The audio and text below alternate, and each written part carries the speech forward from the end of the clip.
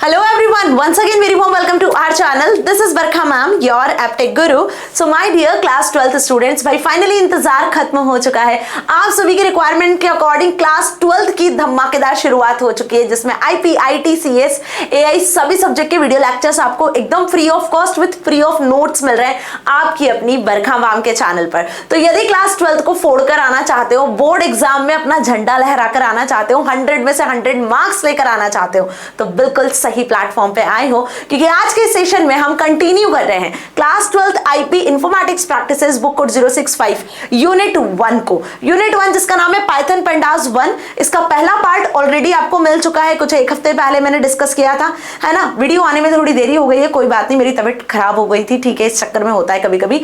But Python pandas 1 का जो second important part है, जिसके क्वेश्चंस आपसे एग्जाम में पूछे जाते हैं, वो है डेटा फ्रेम, डेटा स्ट्रक्चर। तो सीरीज डेटा स्ट्रक्चर ऑलरेडी हमने डिस्कस कर लिया है, जिसका लिंक आपको डिस्क्रिप्शन में मिल जाएगा। पहली बार चैनल पर आए हो तो सब्सक्राइब किए बिना मत जाना, क्योंकि बहुत सारे अमेजिंग वीडियोस हैं जो आपका इंतजार कर रहे हैं, है ना जी। अभी तो पिक्चर शुरू हुई है और पूरी कहानी अभी बाकी है। मेरी बात समझ में आ गई? तो अब आज हम डिस्कस करने वाले हैं डेटा फ्रेम, डेटा स्ट्रक्चर के बारे में। मींस की यूनिट 1 का part 2, understand this thing, part 1 already available है, जाके देख लेना। वो समझ में आ गया तो ये इजीली समझ में आ जाएगा। अब यहां पर देखो, जैसे कि मैंने कहा, सीरीज जो डेटा स्ट्रक्चर होता है वो वन डायमेंशनल डेटा स्ट्रक्चर होता है। जैसे आपने पहले क्लास 11th में लिस्ट के बारे में सुना होगा, है ना, स्ट्रिंग के बारे में सुना होगा, एरेस के बारे में सुना होगा, जो नंपाई में हम एरे बनाते हैं, लिस्ट बनाते हैं, ये सभी क्या होते हैं, बेसिकली ये वन डायमेंशनल को सपोर्ट करते हैं। वैसे सीरीज भी वन डायमेंशनल को सपोर्ट करता है, बट व्हाट अबाउट मैम जब आपको 2 डायमेंशन पे काम करना होता है? तो वन डायमेंशन का मतलब समझ रहे हो ना, वन डायमेंशन का मतलब सिर्फ ये कि आपने कुछ अपने 5 सब्जेक्ट के मार्क्स को स्कोर करवा दिया, ठीक है। सपोज आपके हिंदी के मार्क्स हो गए 90, ठीक है, इंग्लिश के मार्क्स हो गए 70, मैथ्स के मार्क्स हो गए 50, ठीक है, एसएसटी के मार्क्स हो गए 70 और आईटी के मार्क्स या आईपी के मार्क्स जो भी हैं आपके वो है 90।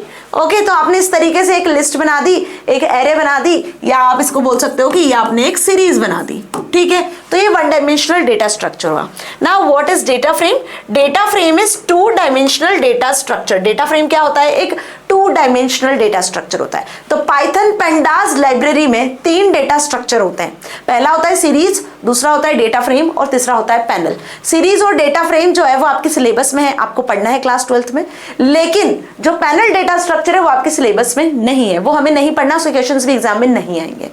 सीरीज क्या होता है, कितने एट्रीब्यूट्स हैं, कैसे कितने फीचर्स है, कितने तरीके से क्रिएट कर सकते हो, कौन कौन से फंक्शंस है, कैसे आपको इंडेक्सिंग स्लाइसिंग का यूज करना है, सब पढ़ लिया था। सेम चीजें हम यहाँ पर डेटा फ्रेम में भी पढ़ेंगे कि डेटा फ्रेम होता क्या है। ये एक और पेंडास का डेटा स्ट्रक्चर है जो डेटा को स्टोर करता है, कैसे? 2 डायमेंशनल वे में। इट इज एक्चुअली 2 डायमेंशनल, मतलब कि 2 डायमेंशन का मतलब क्या हुआ? आपने एक्सेल सॉफ्टवेयर ओपन किया है, जिसमें इस तरीके से क्या होती है, टेबुलर कॉलम्स होते हैं जहां पर आप वैल्यूज को इंसर्ट करते हो।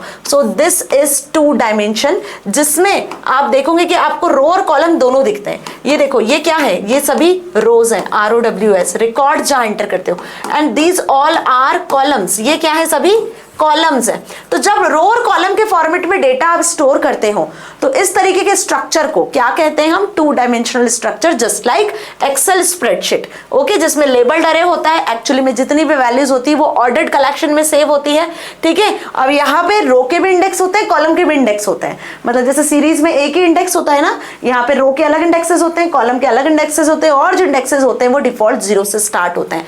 सो वही लाइन लिखी कि न्यूमेरिक और स्ट्रिंग और फ्लोटिंग नंबर और बुलियन टाइप कैसा भी वैल्यूज आप यहाँ स्टोर कर सकते हो।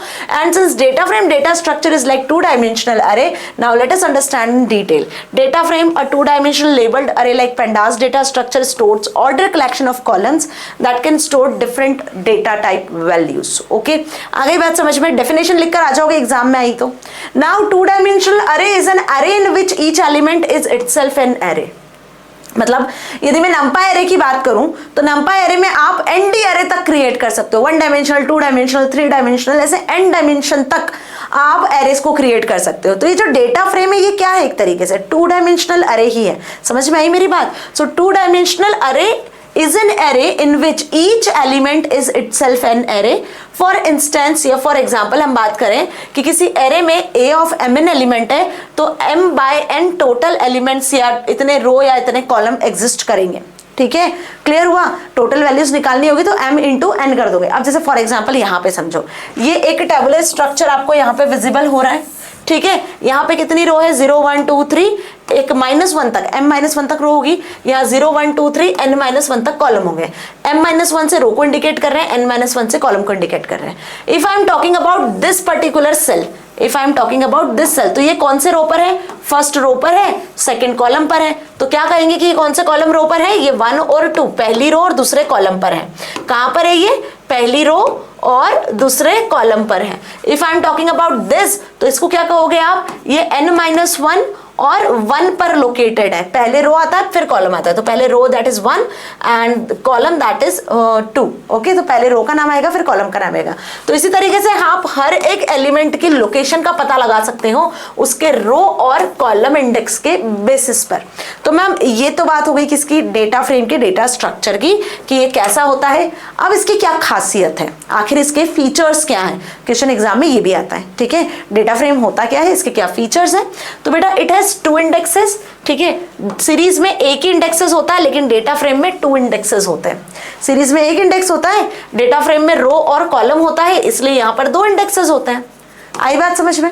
Now row index and column index, done. Conceptually it is like a spreadsheet, जैसे एक्सेल की जो स्प्रेडशीट नहीं होता, कंसेप्चुअली समझे तो ये वैसे ही होता है, टेबुलर लाइक स्ट्रक्चर होता है जिसमें रो के भी इंडेक्सेस होते हैं और कॉलम के भी इंडेक्सेस होते हैं। और ये इंडेक्सेस डिफॉल्ट 0 से शुरू होते हैं। सपोज रो की बात करूं तो इस तरीके से रो के इंडेक्सेस होंगे, कॉलम की बात करूं तो इस तरीके से कॉलम के इंडेक्सेस होंगे। समझ में आ गई बात। तो आप ऐसे एक टेबुलर डेटा स्ट्रक्चर यहाँ पे क्रिएट कर सकते हो जिसमें रो और कॉलम के अपने अपने इंडेक्सेस होते हैं, ठीक है। तो यहां पर रो इंडेक्स को हम सिर्फ इंडेक्स नाम से जानते हैं और कॉलम इंडेक्स को किस नाम से जानते हैं, कॉलम इंडेक्स को हम जानते हैं यहां पर कॉलम नाम से, ठीक है। कॉलम और इंडेक्स, यदि इंडेक्स की बात करूंगी डेटा फ्रेम में तो रो इंडेक्स की बात कर रही हूं, और कॉलम की बात करूंगी मींस की मैं कॉलम की बात कर रही हूं। ध्यान से समझना, ये रो है और ये रो के क्या है, इंडेक्सेस है। इनको किस नाम से जानते हैं, इनको हम इंडेक्स नाम से जानते हैं। और ये जो कॉलम के इंडेक्सेस है इनको हम कॉलम्स नाम से जानते हैं, ठीक है। ये ध्यान रखना है बस आपको, क्लियर हुआ।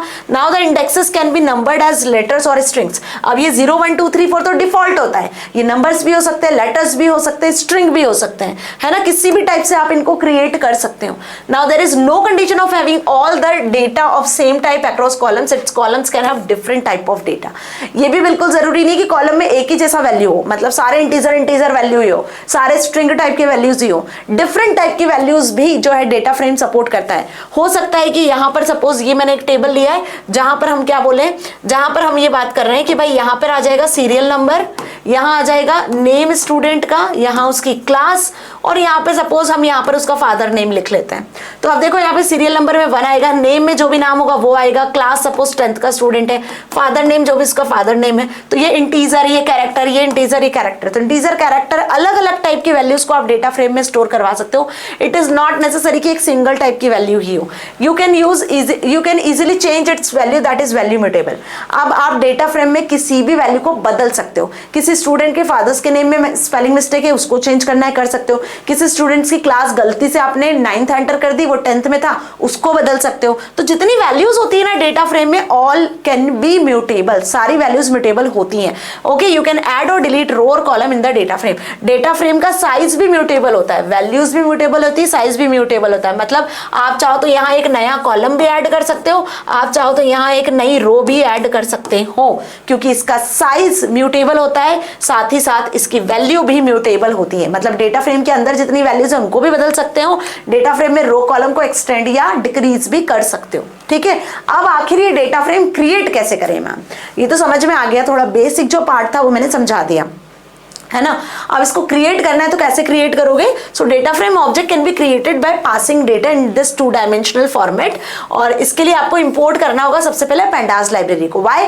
Because data frame is an data structure of pandas library. So first we need to import that library, जैसे कि हमने पहले सीरीज के लिए इंपोर्ट किया था pandas को, इंपोर्ट pandas spd, बिल्कुल वैसे ही। तो इंपोर्ट pandas spd आपको लिखना है, जिससे pandas लाइब्रेरी इंपोर्ट हो जाएगी, फिर उसको आप pd लिखकर एक्सेस कर सकते हो। ये इसका एलियास नेम होता है, पहले भी बताया। numpy को जैसे करते हो ना इंपोर्ट, बिल्कुल वैसे इंपोर्ट numpy as np, बात समझ में आ गई। तो जब आप सीरीज को क्रिएट करते हो तो एस कैपिटल आता है और सीरीज फंक्शन का हम यूज कर लेते हैं।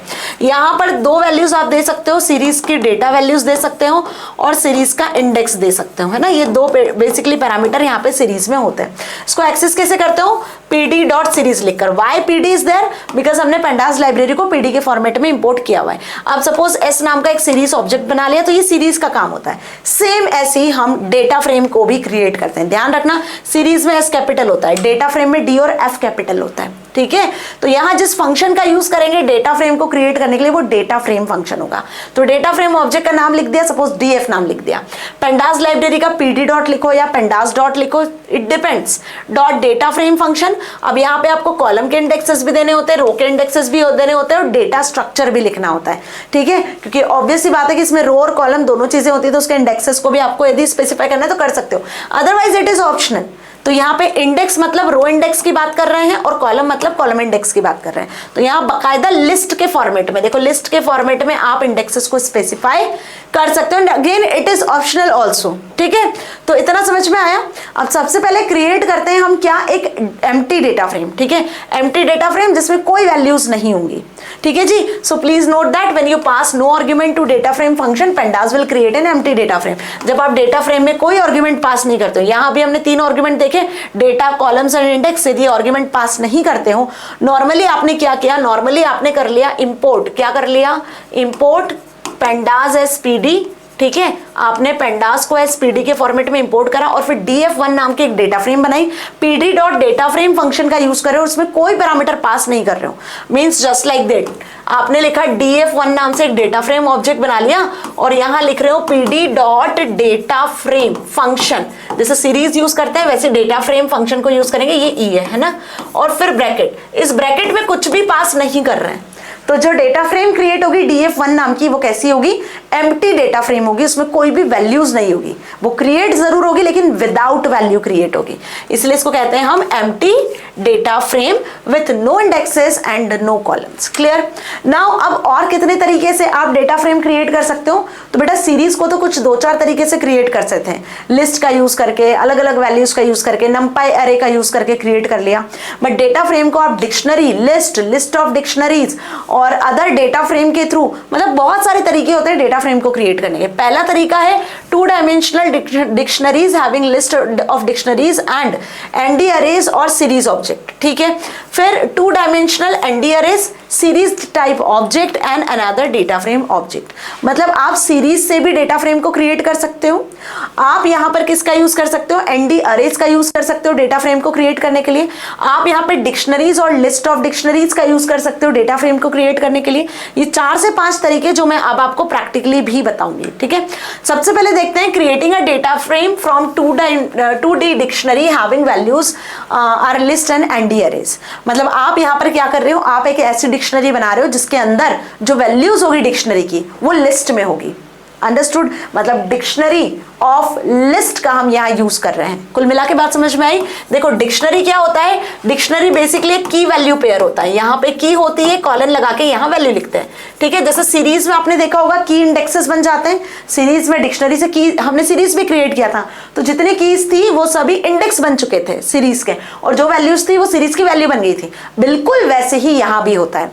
बट यहाँ एक काम की बात है जो आपको नोट कर लेनी है, नोट कर लो, इसका क्वेश्चन एमसीक्यूज में आता है कि जब आप डेटा फ्रेम की बात करते हो, किसकी बात करते हो, जब आप डेटा फ्रेम की बात करते हो तो यहां पर रो और कॉलम 2 इंडेक्सेस होते हैं, है ना। जैसे सीरीज में तो एक ही इंडेक्स होता है, तो पता है कि की इंडेक्स बन जाएगा।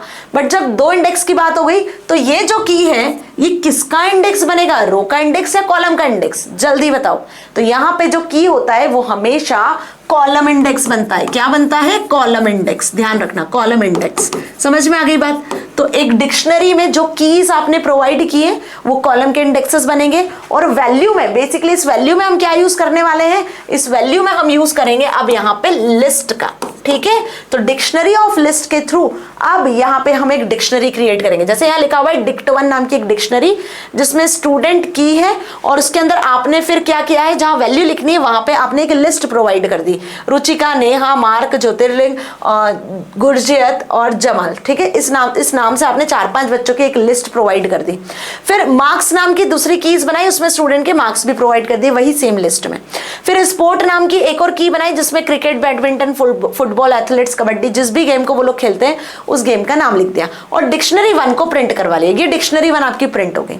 अब इस डिक्शनरी को जो हमने लिस्ट से क्रिएट की है उसको हम पास कर देंगे डेटा फ्रेम में। कैसे, ध्यान से समझना, यहां पे बताती हूं, ठीक है। क्या कहा मैंने कि मैंने यहाँ पे एक डिक नाम की डिक्शनरी बनाई। डिक्शनरी कर्ली ब्रैकेट से स्टार्ट होती है कि हमने क्या दे दिया, सपोज स्टूडेंट है ना, स्टूडेंट की दिया हुआ है, ठीक है। कॉलन लगाओगे और जब यहाँ पे जो वैल्यू लिखोगे ना, इस वैल्यू की प्लेस पे आप लगा दोगे स्क्वायर ब्रैकेट, मतलब आप यहाँ पे क्रिएट कर रहे हो एक लिस्ट।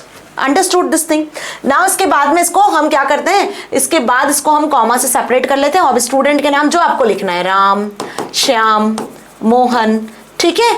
इस तरीके से आपने क्या किया, एक डिक्शनरी लिस्ट ऑफ डिक्शनरीज का यूज किया हुआ है। नाउ कॉमा लगाते हो, फिर आप यहाँ पे मार्क्स नाम की एक लिस्ट बनाते हो और इस मार्क्स में आप वही सेम लिस्ट के अंदर फिर मार्क्स प्रोवाइड कर देते हो। तो मार्क्स इंटीजर होते हैं तो सिंगल इन्वर्टेड में नहीं लिखना होता है। सपोज मैंने 90, 60, 50 ऐसे कुछ मार्क्स लिख दिए। अंडरस्टूड। अब ये 2 ही क्रिएट किया, इसके बाद में कर्ली ब्रैकेट से इसको क्लोज कर दिया। अब जब भी डेटा फ्रेम बनाओगे तो उसमें इस डिक्शनरी को पास कर देना एज ए आर्ग्यूमेंट, ठीक है। फॉर एग्जाम्पल हमने यहाँ पे बनाया डीएफ नाम से एक डेटा फ्रेम जिसमें मैंने लिखा पीडी डॉट डेटा फ्रेम का डी और एफ कैपिटल आएगा, याद रखना, अदरवाइज एरर आ जाएगी क्योंकि पाइथन केस सेंसिटिव है। और यहाँ पास कर देंगे डिक नाम की डिक्शनरी। क्या पास कर दिया, डिक नाम की जो डिक्शनरी हमने ये क्रिएट की थी वो पास कर दी। तो अब एक डेटा फ्रेम बन जाएगी कुछ इस तरीके से। देखो ये स्टूडेंट के मार्क्स हो गए, स्पोर्ट्स हो गया और उन स्टूडेंट के नेम, ये स्टूडेंट के नेम है रुचिका, नेहा, मार्क है ना सारे, और ये स्टूडेंट के मार्क्स हो गए और ये स्टूडेंट के स्पोर्ट्स हो गए क्योंकि हमने डिक्शनरी में 3 की वैल्यूज लिया था। यहाँ पे ध्यान से अगर देखोगे आप तो आपको चीजें समझ में आएगी कि स्टूडेंट, स्पोर्ट और मार्क्स ये डिक्शनरी की कीज थी जो कॉलम इंडेक्स बने, रो इंडेक्स नहीं बने। रो इंडेक्सेस तो डिफॉल्ट है 0, 1, 2, 3, 4। हालांकि रो इंडेक्सेस को भी आप इंडेक्स से स्पेसिफाई कर सकते हो, बट जो डिक्शनरी की कीज होती है वो डेटा फ्रेम में कॉलम के इंडेक्स बनती है, बस ये ध्यान रखना, ठीक है। चलो जरा इसका प्रैक्टिकल देख ले एक बार। तो देखो मैंने यहाँ पे पाइथन स्टार्ट किया हुआ है, ठीक है। Hopefully you will see here. अब यहाँ पे हमें क्या करना है, आप देख सकते हो पाइथन आइडियली स्टार्ट किया हुआ है। सबसे पहले हम यहाँ पर इंपोर्ट कर लेते हैं, किसको इंपोर्ट कर लेते हैं, डेटा फ्रेम को। इंपोर्ट पेंडास लाइब्रेरी को, SPD पेंडास लाइब्रेरी को इंपोर्ट कर लिया। अब इसके डेटा फ्रेम फंक्शन को यूज कर पाएंगे, ठीक है जी। तो सबसे पहले तो क्या करते हैं, एक एम्प्टी डेटा फ्रेम क्रिएट करते हैं। तो EDF नाम से मैं एक एम्प्टी डेटा फ्रेम बनाऊंगी, है ना। क्या लिखेंगे हम यहाँ पे, PD dot data frame function. देखो डेटा का D और फ्रेम का F कैपिटल लिखना इस तरीके से, ठीक है। डेटा फ्रेम, क्लियर, सही लिखना देखकर। डेटा फ्रेम फंक्शन, और इसमें कुछ भी पास नहीं किया। देखो कुछ पास किया है क्या, EDF नाम से एक एम्प्टी डेटा फ्रेम बना रही हूँ, PD डॉट डेटा फ्रेम लिख दिया। नाउ आई प्रेस एंटर और अब मैं प्रिंट करवा लेती हूँ EDF को, जो हमने EDF नाम से एक डेटा फ्रेम बनाई उसको प्रिंट करवा लेते हैं। तो अब यहाँ देखो क्या दिख रहा है आपको, दिख रहा है यहाँ पर that is empty data frame. Columns भी कुछ नहीं है, रोज भी कुछ नहीं है, खाली डेटा फ्रेम है। ना तो रो क्रिएट हुई ना कॉलम क्रिएट हुआ, सब एम्प्टी है। क्यों, क्योंकि हमने इस डेटा फ्रेम फंक्शन में कोई भी वैल्यू पास नहीं की थी क्या कोई वैल्यू पास नहीं की थी। अब सपोज कि आप डिक्शनरीज की मदद से डेटा फ्रेम क्रिएट करना चाहते हो, तो फॉर एग्जांपल हमें यहाँ पे डिक नाम से एक डिक्शनरी बनानी होगी। इस डिक्शनरी में कर्ली ब्रैकेट्स के साथ में डिक्शनरी ओपन होती है। यहाँ पे मैंने लिखा है पहली की वैल्यूज क्या, सिंगल इन्वर्टेड में लिख रहे हैं स्टूडेंट, ओके, और सिंगल इन्वर्टेड क्लोज, कॉलन लगाते हैं। अब इस डिक्शनरी की वैल्यूज स्पेसिफाई करेंगे। तो स्टूडेंट की वैल्यूज आप लिस्ट में दोगे, किसमें दोगे, लिस्ट का साइन होता है स्क्वायर ब्रैकेट का। इसमें अब हम स्टूडेंट के नाम दे देते हैं सिंगल इन्वर्टेड में, सपोज राम, श्याम, ठीक है, मोहन, सब सिंगल इन्वर्टेड में देना और कॉमा से सेपरेट करते जाना, मोहन, ओके। इस चीज का खास ख्याल रखना। तो हमने यहाँ पर स्टूडेंट के नाम असाइन कर दिए हैं, ये की हो गया, ये वैल्यू पेयर हो गया। कॉमा लगाते हैं और दूसरा की देते हैं। तो दूसरा की क्या दे रहे हैं, सपोज मार्क्स, क्या दे रहे हैं, मार्क्स, ठीक है। अब मार्क्स आपको कैसे देने हैं, मार्क्स आपके होंगे कैसे, नंबर्स में, तो उसको आपको सिंगल इन्वर्टेड में नहीं लिखना है। तो वही लिस्ट अगेन यहाँ पर बनाएंगे और इस लिस्ट में अब हम देंगे नंबर्स, मार्क्स देंगे 90, 80, ओके, राम श्याम मोहन के मार्क्स है ना 90, 80 और 96, ये राम श्याम मोहन के मार्क्स भी दे दिए। ठीक है, इसी के साथ में इसको मैं यहाँ पर क्लोज कर देती हूँ, करली ब्रैकेट से हमने इस डिक्शनरी को यहाँ पर क्लोज कर दिया। तो डिक्शनरी में आप देखो यहाँ पर ये की वैल्यू पेयर बना है, वैल्यू में लिस्ट है। ठीक है, और ये पहला की वैल्यू पेयर, ये दूसरा की वैल्यू पेयर। ठीक है, वैल्यू में हमने क्या दिया, मल्टीपल वैल्यूज दिए। कैसे दिए, लिस्ट के फॉर्मेट में। तो ये बेसिकली आप बोलोगे डिक्शनरी ऑफ लिस्ट या list of dictionaries, list of dictionary we can say. Understood, मेरी बात समझ में आ गई। अब क्या करना है, इसके बाद हमें यहाँ पर एक डेटा फ्रेम ऑब्जेक्ट क्रिएट करना है। तो फॉर एग्जाम्पल, अच्छा ठीक है, देखो यहाँ पर क्या हुआ, इक्वल का साइन लगा दिया मैंने। Here it is written as colon, equal नहीं लगता है ना, कॉलन लगता है ना। तो उसको एक काम करती हूँ, यहाँ से कॉपी कर लेती हूँ। ठीक है, बहुत सिली सी मिस्टेक्स होती है बेटा, ये चीजें हमें ध्यान रखना है कि डिक्शनरी में की वैल्यू पेयर लिया जाता है। तो ये कॉलन, इक्वल को हटा के हम यहाँ लगा देते हैं कॉलन। Understood, okay. अब डेटा फ्रेम क्रिएट करना है, तो डीएफ नाम से एक डेटा फ्रेम क्रिएट करती हूँ और इसमें लिख देती हूँ PD dot data frame function. Understood, DF capital लिखना और यहाँ पे पास कर देते हैं डिक नाम की डिक्शनरी जो अभी हमने यहाँ पे क्रिएट करी। नाउ प्रिंट करवा लेते हैं, क्या प्रिंट करवा लेते हैं अब हम यहाँ पे डीएफ को। तो अब आप देखोगे एक डिक्शनरी आपको प्रिंट होती है शो होगी, जिसमें स्टूडेंट और मार्क्स जो आपने कीज बनाई थी वो बन गई कॉलम कीज, कॉलम के इंडेक्सेस बन गए स्टूडेंट और मार्क्स, और जो नाम और जो नंबर्स थे वो उन कॉलम की वैल्यूज बन गए। स्टूडेंट में राम श्याम मोहन कॉलम की वैल्यू बन गए। यहाँ पे देखो आपने मार्क्स लिखा था तो ये मार्क्स बन गया आपका बेसिकली कॉलम और उसकी वैल्यूज। और एक और काम की बात, ये देखो कि आपको यहाँ पे रो इंडेक्सेस जो दिख रहे हैं वो दिख रहे हैं 0, 1, 2। रो इंडेक्सेस क्या है, 0, 1, 2 है। अंडरस्टूड, तो रो इंडेक्सेस में कोई बदलाव नहीं है, डिफॉल्ट जो इंडेक्सेस है वो 0, 1, 2 ही है। जो भी बदलाव हुए हैं वो किस में हुए हैं, जो भी चेंजेस हुए हैं वो बेसिकली आपके कॉलम के इंडेक्सेस में होते हैं। अब दूसरा देखते हैं यहाँ पर हम कि क्या मैम लिस्ट को डिक्शनरी में पास कर सकते हैं, इज इट ऑल्सो पॉसिबल, ऐसा भी है क्या, इससे भी आप डेटा फ्रेम को क्रिएट करते हो क्या। सो यस, अगला तरीका है creating a data frame object from list of dictionaries. अभी डिक्शनरी ऑफ लिस्ट देखा, अब list of dictionary. Dictionary of list समझ में आया ना, डिक्शनरी के अंदर लिस्ट यूज की थी वैल्यू की जगह पर। अब यहां पर हम क्या करेंगे, यहां पर हम लिस्ट को प्रोवाइड कर देंगे एक डिक्शनरी में।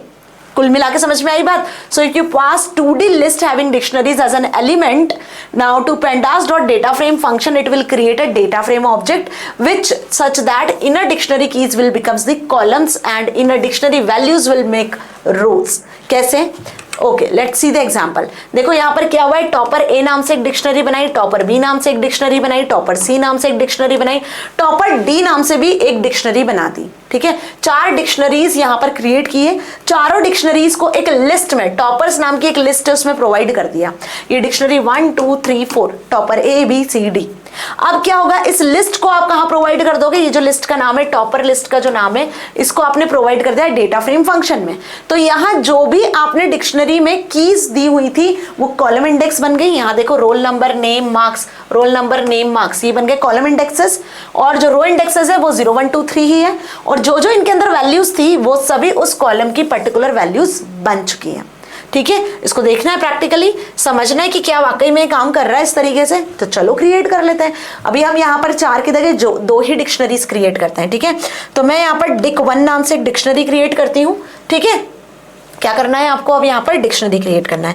तो dic1 नाम से एक डिक्शनरी क्रिएट कर लेते हैं, करली ब्रैकेट्स में डिक्शनरी क्रिएट होती है और इसमें लिखेंगे हम सबसे पहले column values, suppose roll number RN। ठीक है, और रोल नंबर की वैल्यू आपको यहाँ पे देनी है, तो रोल नंबर की वैल्यू जो भी आपको देनी है, सपोज आपने दे दी 101 है ना, फिर कॉमा लगाया। दूसरी वैल्यू आपको देनी है सपोज नेम, क्या देना है, स्टूडेंट का नेम, और कॉलन लगा के आपने नाम दे दिया सपोज राम। ओके, चलो अब दूसरा नाम ले लेते हैं। ओके, रोहित ले लेते हैं। ठीक है जी, आ गई बात समझ में। नाउ व्हाट हैपन, कॉमा लगाओ और कॉमा लगा के एक और आप की वैल्यू पेयर दे सकते हो। सपोज रोल नंबर नेम हो गया, क्लास दे देते हैं। ठीक है, तो अगेन आई एम टेलिंग कि जो भी आप स्ट्रिंग दोगे उसको सिंगल इन्वर्टेड में लिखना, कॉलन लगाना है, इक्वल नहीं लगाना है। इक्वल लगाने से देखो सिंटेक्स एरर आया था ना, मेरी बात समझ में आ रही है। नाउ अब आप कौन सी क्लास में इंसर्ट कर रहे हो, सपोज 10th के स्टूडेंट। तो ये एक डिक्शनरी हमने यहाँ क्रिएट करी, इसको मैं कर लेती हूँ यहाँ से कॉपी, ताकि मैं और डिक्शनरीज फटाफट से यहाँ क्रिएट कर सकूं।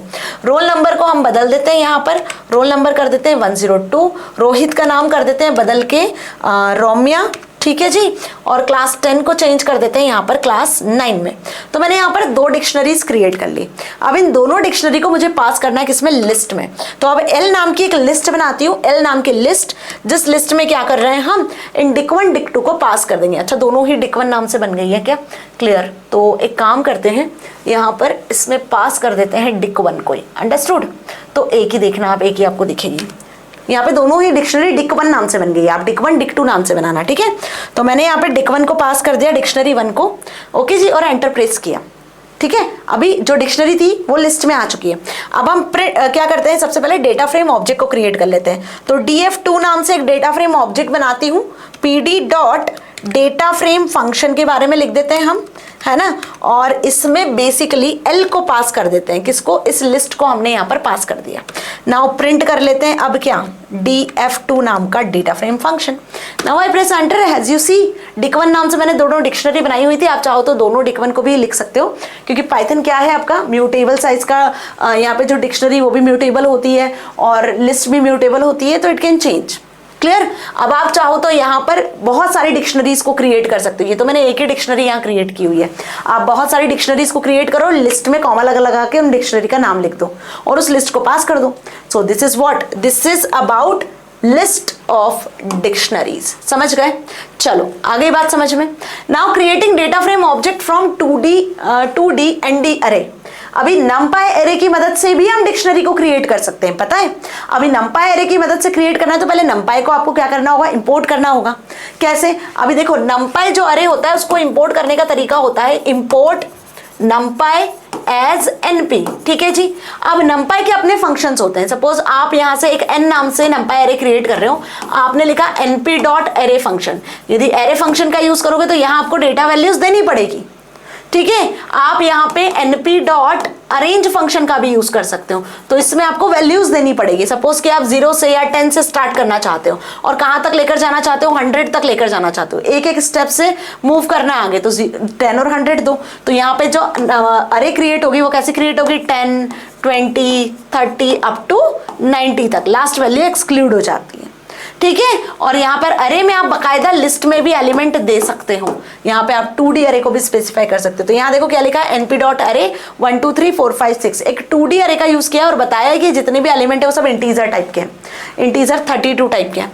और फिर इस अरे को इसमें पास कर दिया डेटा फ्रेम में। तो भाई इससे भी आप देखोगे कि एक जो डिक्शनरी है, एक जो बेसिकली डेटा फ्रेम है वो क्रिएट हो चुकी है ना। अरे से हमने डेटा फ्रेम क्रिएट किया हुआ है। चलो देखिए प्रैक्टिकली, ओके।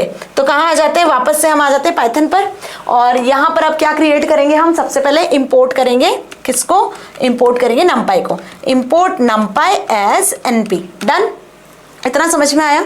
अब मैं क्रिएट करती हूँ n is equals to np dot array function, और अरे फंक्शन में हम क्या करते हैं, यहाँ पर एक 2D अरे को क्रिएट कर लेते हैं, ठीक है। अभी 2D अरे पता है ना कैसे क्रिएट करते हैं, देखो इसको बकायदा यहाँ पे क्लोज भी कर लिया करो ब्रैकेट्स को, ताकि आपको प्रॉब्लम नहीं जाए। 2D अरे नेस्टेड अरे को बोल सकते हो, आपके अरे के अंदर आपको लिस्ट के अंदर लिस्ट बनानी है, एक तरीके से नेस्टेड लिस्ट बोल सकते हो, ठीक है। तो पहले मैं कुछ एलिमेंट दे देती हूँ लाइक 10, 20, 30, ओके। और दूसरी जो लिस्ट है उसमें हम यहाँ पे एलिमेंट दे देते हैं लाइक 40, 50, 60, डन। तो यहाँ मैंने एक 2D अरे इस तरीके से क्रिएट कर ली, देख लो डबल ब्रैकेट्स में, अच्छे से ध्यान से देखो, np डॉट अरे लिखकर। अब इस n को पास करेंगे कहाँ पर, डेटा फ्रेम में। सपोज df3 नाम का एक डेटा फ्रेम ऑब्जेक्ट बना रही हूँ, और इसमें आप क्या कर सकते हो, अब लिखोगे pd dot data frame function, okay. d और f कैपिटल लिखना है बेटा, डन। डेटा फ्रेम स्पेलिंग सही लिखना, नहीं तो प्रॉब्लम हो जाएगी। अब यहाँ पे क्या पास करेंगे हम, numpy अरे का n पास कर देंगे, जिसमें आपने ये बेसिकली लिस्ट बनाई है। नाउ प्रिंट df3, अब डेटा फ्रेम को प्रिंट करवा लेते हैं, डन। इतना समझ में आया, चलो एंटर प्रेस किया। सो हियर्स आप यहाँ देख सकते हो जो अरे आपने यहाँ पे बनाई है 2D अरे, उसका एक बेसिकली डेटा फ्रेम क्रिएट हो चुका है। सो आई होप अब आपको इसमें भी कोई प्रॉब्लम नहीं है कि हम numpy अरे से ND अरे से भी क्या बना सकते हैं, डेटा फ्रेम बना सकते हैं। ध्यान से समझ लो, अभी तक मैंने 4 से 5 तरीके बताए। पहला एम्प्टी डेटा फ्रेम कैसे क्रिएट करना है, ये एम्प्टी डेटा फ्रेम का मतलब समझ में आ गया। दूसरा, यहाँ पर हमने डिक्शनरी के अंदर कुछ लिस्ट क्रिएट करी थी, उन लिस्ट से डेटा फ्रेम को क्रिएट किया। फिर हमने डिक्शनरी को लिस्ट में पास कर दिया, उससे डेटा फ्रेम क्रिएट कराएं, और अब हमने numpy अरे से भी डेटा फ्रेम को क्रिएट करना सीख लिया। इसमें कोई डाउट नहीं है, यहां तक क्लियर? बढ़े आगे। चलो अगला तरीका दिया हुआ है यहां पर बेटा जी, creating data frame object from 2D dictionary with values as series object. अभी जो आपने लास्ट सेशन में सीरीज पढ़ा था, सीरीज ऑब्जेक्ट के थ्रू भी हम डेटा फ्रेम को क्रिएट कर सकते हैं। तो मैम जब numpy से क्रिएट कर सकते हैं, लिस्ट से क्रिएट कर सकते हैं, डिक्शनरी से डेटा फ्रेम को क्रिएट कर सकते हैं, then why don't we use series? बिल्कुल, सीरीज भी तो एक वन डायमेंशनल अरे होता है। बहुत सारी वन डायमेंशनल अरे को मिला दोगे तो क्या बन जाएगा? एक टेबल ही बन जाएगी। मेरी बात समझ में आई? ये एक वन डायमेंशनल अरे, ये दूसरी वन डायमेंशनल अरे, ये तीसरी वन डायमेंशनल अरे। तो ये क्या बन गया? एक तरीके से एक रिकॉर्ड बन गया, एक टेबल ही बन गया ना। तो वही करना है अपने को यहाँ पर कि अब हम यूज करेंगे सीरीज ऑब्जेक्ट का, जिसकी मदद से क्रिएट करेंगे डेटा फ्रेम। कैसे? इंपोर्ट करना है pandas spd, स्टाफ नाम की एक सीरीज क्रिएट कर लिया जिसमें आपने 20, 36, 44 दिया है। सैलरी नाम की एक सीरीज क्रिएट करी जिसमें सैलरी दी हुई है।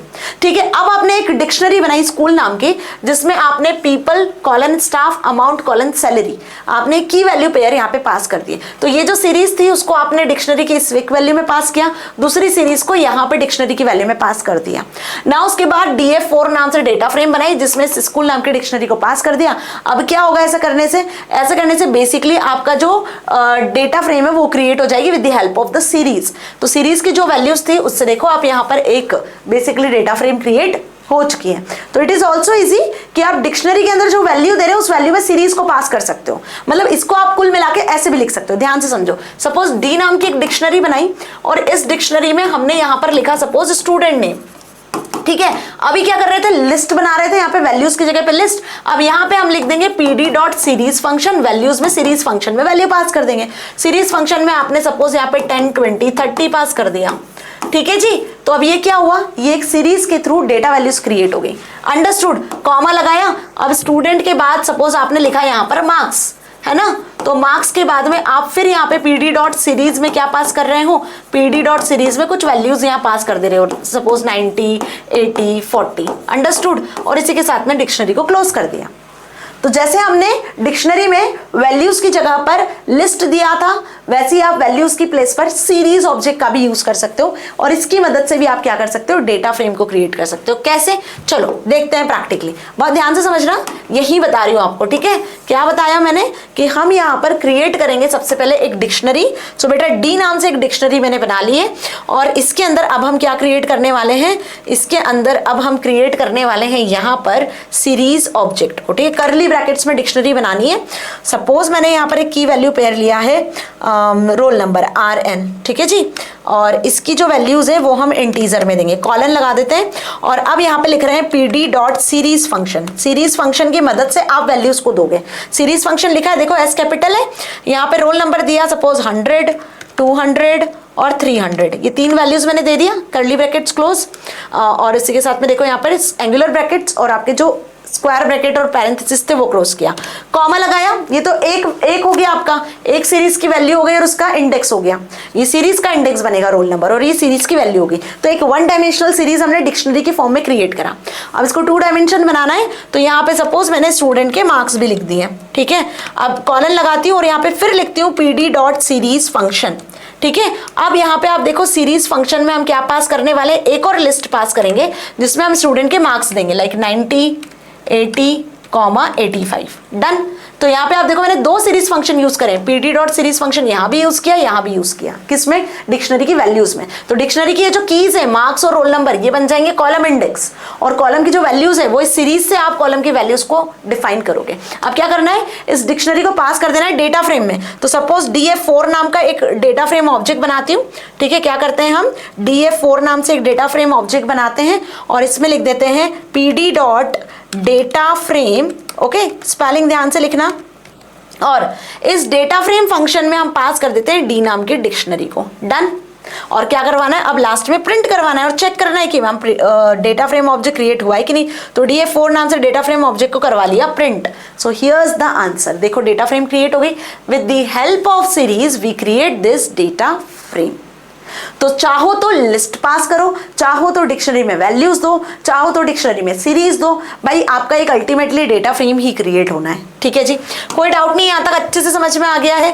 सारे प्रैक्टिकल्स अच्छे से बता रही हूँ ताकि आपको एक एक चीज क्लियर होती चले। लास्ट तरीका, creating a data frame object from another data frame. अभी भाई किसी और डेटा फ्रेम से भी आप डेटा फ्रेम को क्रिएट कर सकते हो, this is also possible. Ma'am अब ये कैसे पॉसिबल है? सुनो, तो यहाँ पे आपको कोई एग्जिस्टिंग डेटा फ्रेम चाहिए होगी पहले से, जिसको आप किसी और डेटा फ्रेम में यूज करने वाले हो, because data frame is mutable. इसके साइज को एक्सटेंड कर सकते हो, रो कॉलम को डिलीट कर सकते हो, उसकी वैल्यू को बदल सकते हो, नया रो कॉलम ऐड कर सकते हो, डिलीट कर सकते हो, सब कर सकते हो, है ना। तो एग्जिस्टिंग डेटा फ्रेम तो पहले से आपको एक चाहिए होगी, जिसको आप बेसिकली क्या करने वाले हो, जिसकी मदद से आप दूसरी डेटा फ्रेम क्रिएट करने वाले हो, है ना। तो सपोज यहाँ पर एक डेटा फ्रेम है DF1 नाम की, इस डेटा फ्रेम के अंदर ये वैल्यूज है, देख लो 0 1 2 1 2 3 4 5 6, ये होगा इसके कॉलम इंडेक्स, ये होगा इसके रो इंडेक्स, और ये वैल्यूज है। डन। अब क्या करना है, हमने एक नई डेटा फ्रेम ऑब्जेक्ट को क्रिएट किया और उसमें हमने उस ओल्ड डेटा फ्रेम को पास कर दिया। तो यहाँ पे हमने लिखा pd.dataFrame फंक्शन और जो ओल्ड डेटा फ्रेम थी उसको यहाँ पे पास कर दिया। तो अब dt न्यू नाम से एक नई डेटा फ्रेम यहाँ पे क्रिएट हो चुकी है। तो यहाँ पे आप ये कह सकते हो कि ये जो दोनों डेटा फ्रेम आपने यहाँ क्रिएट किए dt1 और dt न्यू करके, एक्चुअल में इन दोनों में सेम ही वैल्यूज है। एक्चुअल में आपने एक डेटा फ्रेम की कॉपी ही क्रिएट कर दी है। मेरी बात समझ में आ रही है? तो अब ये भी जरा प्रैक्टिकली देख लेते हैं। तो अब यदि मुझे एक डेटा फ्रेम को ऑलरेडी किसी दूसरी डेटा फ्रेम में क्रिएट करवाना है, तो सपोज हमारे पास ये DF4 नाम की डेटा फ्रेम ऑलरेडी है, तो मैं क्या करती हूँ, यहाँ पे DF5 या DF न्यू नाम से एक डेटा फ्रेम ऑब्जेक्ट बनाती हूँ और उसमें लिखती हूँ pd.dataFrame। ओके, और अब हम यहाँ पर क्या पास करेंगे, कोई डिक्शनरी या कोई सीरीज या कोई लिस्ट, किसी को पास नहीं करने वाले। यहाँ हम ये जो DF4 नाम की डेटा फ्रेम आपने बनाएंगे ना, वही पास करेंगे, DF4 डेटा फ्रेम। ठीक है, अंडरस्टूड दिस थिंग। तो अब क्या हुआ, इस DF4 नाम के डेटा फ्रेम से एक नई डेटा फ्रेम क्रिएट होगी DF न्यू, और इसको करवा लेते हैं प्रिंट। अब प्रिंट किसको करवाऊंगी मैं, DF न्यू को। ठीक है जी, नाउ आई प्रेस एंटर, देखो सेम डेटा फ्रेम क्रिएट हो गई। ये print DF4 and print DF new, same values के साथ में सेम डेटा फ्रेम। यहां पर आपने एक डेटा फ्रेम से भी डेटा फ्रेम बना दी भाई, और क्या चाहिए मैम। ठीक है जी, चलो तो इतना अच्छे से क्लियर हुआ भाई। 5 से 6 तरीके से आप डेटा फ्रेम को क्रिएट कर सकते हो, and this is again I am telling very important question that will come in your exam 100%। Data frame को कैसे क्रिएट करना है, इसके कितने तरीके हैं, कोई सा भी क्वेश्चन इससे रिलेटेड आपसे एग्जाम में पूछ लेंगे, इसके बिना पेपर ही नहीं बनेगा। मेरी बात समझ में आ रही है? तो इतना आराम से समझाने का मोटिव सिर्फ इतना था कि एक एक चीजें आपके दिमाग में घुसे, और एक बार यदि आपके दिमाग में चीजें घुस गई आराम से, डेटा फ्रेम को कैसे क्रिएट करना है, डेटा फ्रेम को कितने तरीके से क्रिएट कर सकते हैं, कैसे क्रिएट कर सकते हैं, तो बेटा फिर कैसा भी क्वेश्चन एग्जाम में घुमा के भी पूछ ले आपसे 12th में, हर क्वेश्चन का आंसर करके आओगे, और ये मेरी गारंटी है यदि आपको एक बार ये चीज क्लियर हो गई।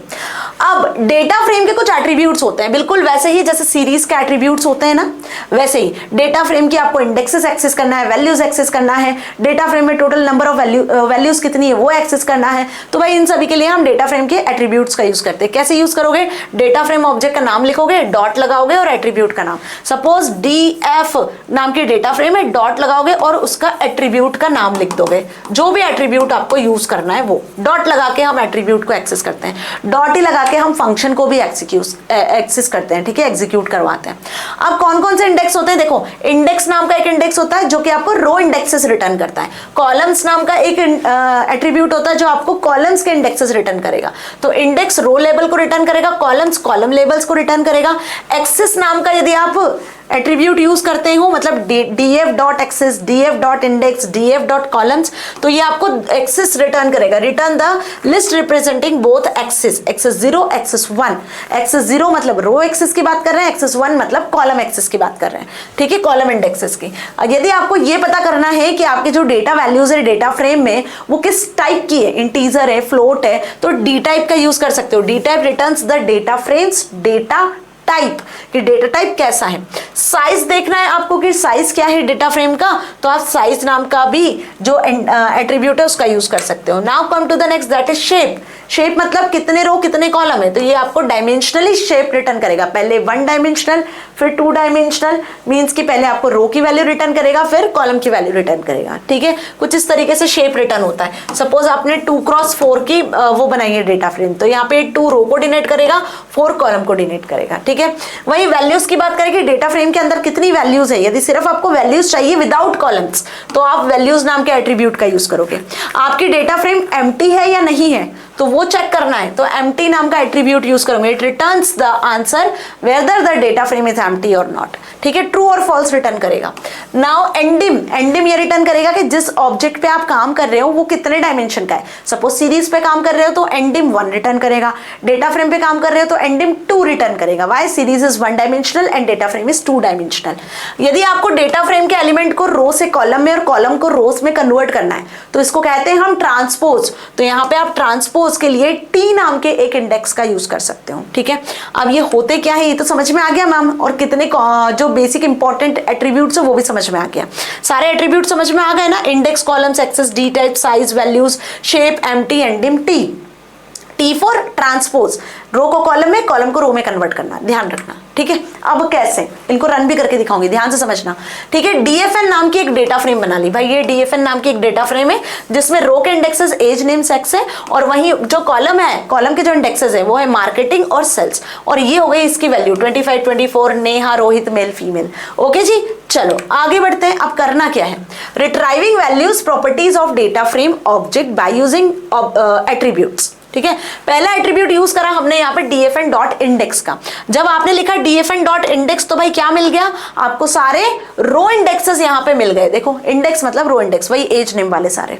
और यदि आपने लिखा डीएफएन डॉट कॉलम्स तो आपको कॉलम के इंडेक्सेस मिल गए लाइक मार्केटिंग एंड सेल्स। यदि आपने लिखा डीएफएन डॉट एक्सेस तो आपको रो और कॉलम दोनों एक्सेस के जो है इंडेक्सेस मिल चुके हैं, ठीक है। यदि आपने लिखा डी टाइप तो बेसिकली यहाँ पे आप देखो जो नेम, कॉलम और वैल्यूज है वो वैल्यूज जो है बेसिकली हम यहाँ पे बात करें इंटीजर भी है, कुछ नंबर्स भी है, कुछ नेम्स भी है, तो ये कंबाइंडली क्या कहलाता है, एक ऑब्जेक्ट टाइप, ठीक है। यदि सारे नंबर्स होते हैं तो इंटीजर रिटर्न होता है, सारे फ्लोट होते हैं तो फ्लोट रिटर्न होता है, बट ये मिक्स टाइप का वैल्यूज है तो इसलिए यहाँ पर ऑब्जेक्ट रिटर्न किया। अगला देखो डीएफएन डॉट साइज, तो भाई इस डेटा फ्रेम का साइज कितना है, 1 2 3 4 5 6, भाई 3 रो है 2 कॉलम है तो 3 × 2 दैट इज 6, तो 6 हो गया साइज। शेप देखोगे तो शेप जैसे मैंने बताया वही लिखा है, देखो 3,2 है ना, 3 रो को डिनोट कर रहा है, 2 किसको डिनोट कर रहा है, कॉलम को, ठीक है। एंडिम का यूज करोगे डीएफएन डॉट एंडिम तो data frame 2 dimensional data structure इसलिए 2 रिटर्न हुआ। अभी डेटा फ्रेम एम्प्टी है या नहीं, नहीं है मैम, डेटा फ्रेम में तो एलिमेंट्स है तो डीएफ डॉट एम्प्टी लिखोगे तो इट विल रिटर्न फॉल्स। बात समझ में आ गई अच्छे से कैसे यूज करना है। अब यहाँ पे एक और फंक्शन होता है जिसको कहते हैं हम लेन फंक्शन। जैसे आप यहाँ पे देख रहे हो कि साइज फंक्शन आपको एक तरीके से डेटा फ्रेम का साइज ही रिटर्न कर रहा है, लेंथ ही रिटर्न कर रहा है, वैसे ही आप यहाँ पे क्या कर सकते हो, वैसे ही यहाँ पे आप लेन फंक्शन का भी यूज कर सकते हो। Len function returns the number of rows, only number of row. कितनी नंबर ऑफ रो है तो 3 नंबर ऑफ रो है, तो लेन फंक्शन में आपने डेटा फ्रेम का नाम लिखा तो उसने 3 रिटर्न कर दिया, ठीक है जी। इसी तरीके से आप डेटा फ्रेम की वैल्यूज को काउंट भी करवा सकते हो, तो नॉन नल वैल्यूज भी यहाँ पे काउंट होती है, नॉन एनए वैल्यूज। जब डेटा फ्रेम में कोई वैल्यू नहीं होती तो वहां पे एनए असाइन हो जाता है, तो नॉन एनए वैल्यूज भी यहाँ पर काउंट हो जाती है। So getting count of non NA values मतलब बिना नल वाली जो वैल्यूज होती है, मतलब डेटा फ्रेम में आप जरूरी है कि सारी वैल्यूज दो, यदि आपने कोई वैल्यू नहीं दी है तो वहां पे आप एनए लिख देते हो, है ना, नॉट अवेलेबल चला जाता है वहां पर, ठीक है। तो बेसिकली नॉट अवेलेबल वैल्यूज को काउंट करवाना है आपको, तो उसके लिए हम काउंट नाम का एक जो फंक्शन है उसका यूज कर लेते हैं। तो वो बेसिकली काउंट करके देता है कि कितनी वैल्यूज हैं एक कॉलम में, मार्केटिंग में 3 है, सेल्स में भी 3 वैल्यूज है, तो उसे 3 काउंट करके दे दिया, ठीक है। वही डीएफएन काउंट ऑफ 1 लिख दोगे तो बेसिकली ये यहाँ पर नॉन एनए वैल्यूज को काउंट करेगा। सिंपल काउंट लिखोगे तो नल वैल्यूज के साथ एनए के साथ काउंट करेगा, और यहाँ पे यदि आप 1 पास कर दोगे तो ये उसके अकॉर्डिंग वैल्यूज काउंट करके आपको देगा, ठीक है। चलो इसको देखिए जरा प्रैक्टिकली कि क्या ये सारे जो बेसिकली आपके एट्रीब्यूट से ये काम करते हैं या नहीं करते हैं। तो क्या करती हूँ मैं, इसको जरा यहाँ से क्लोज कर देती हूँ और वापस से हम स्टार्ट कर लेते हैं क्या, आइडियली। और अब इस आइडियली में आप ध्यान से समझना, ठीक है। मैं यहाँ पर अब आपको सारे एट्रीब्यूट्स बताऊंगी। तो सबसे पहले हम यहाँ पर इंपोर्ट कर लेते हैं किसको, import pandas S PD, pandas library को इंपोर्ट कर लेते हैं क्योंकि डेटा फ्रेम सीरीज उसी के ऑब्जेक्ट्स हैं, ठीक है जी। चलिए अब इसके बाद में आपको क्या करना है, एक डेटा फ्रेम क्रिएट करना है। तो हम यहाँ पे क्या करते हैं, डिक्शनरी से एक डेटा फ्रेम क्रिएट कर लेते हैं, ठीक है। तो डिक नाम से एक डिक्शनरी बना लेती हूँ मैं, सेम वही तरीका, बहुत ध्यान से समझना, ठीक है। सेम वही डिक्शनरी बना रही हूँ मैं, स्टूडेंट का नाम यहाँ पर आएगा, ओके, स्पेलिंग सही लिखना और ब्रैकेट्स वगैरह का ध्यान रखना बिल्कुल। नाउ स्टूडेंट में आपने एक लिस्ट प्रोवाइड कर दी और इस लिस्ट में या आप सीरीज को भी प्रोवाइड कर सकते हो। जैसे फॉर एग्जांपल कि मैंने यहाँ पे सीरीज प्रोवाइड करा है pd.series फंक्शन, ध्यान से समझना। अब सीरीज फंक्शन में हम क्या दे रहे हैं, सीरीज फंक्शन में हम इंडेक्स भी देंगे। तो सीरीज में हमने इंडेक्स दे दिया, क्या सीरीज में हमने इंडेक्स दे दिया यहाँ पर बेसिकली इंडेक्स आप दे दो, सपोज स्टूडेंट ABCD इंडेक्स दे दो, ठीक है। तो आपने A इंडेक्स दे दिया और B इंडेक्स दे दिया, नाउ C इंडेक्स दे दिया। तो अब इस चीज का ध्यान रखना कि आप यहाँ पे सीरीज की मदद से डेटा फ्रेम क्रिएट करोगे तो डिक्शनरी में जो वैल्यूज वाला पार्ट है वहां हम सीरीज को पास कर रहे हैं और सीरीज में इंडेक्स भी दे रहे हैं। तो इंडेक्स देने से क्या होगा, इंडेक्स देने से बेसिकली यहाँ पर जो आपकी वैल्यूज होंगी ना वो रो इंडेक्सेस की सेट हो जाने वाली है, ठीक है। किसकी सेट होगी, रो इंडेक्सेस की। और अब इसकी डेटा वैल्यूज को भी दे देते हैं। तो यहाँ पे हमने लिखा डेटा और अब इसका डेटा प्रोवाइड करते हैं। तो भाई स्टूडेंट का आपको क्या प्रोवाइड करना है, नाम प्रोवाइड करना है ना। तो स्टूडेंट के नाम आपने यहाँ पे दे दिए सपोज राम और आपने यहाँ पे दिया इसका एक और नाम श्याम।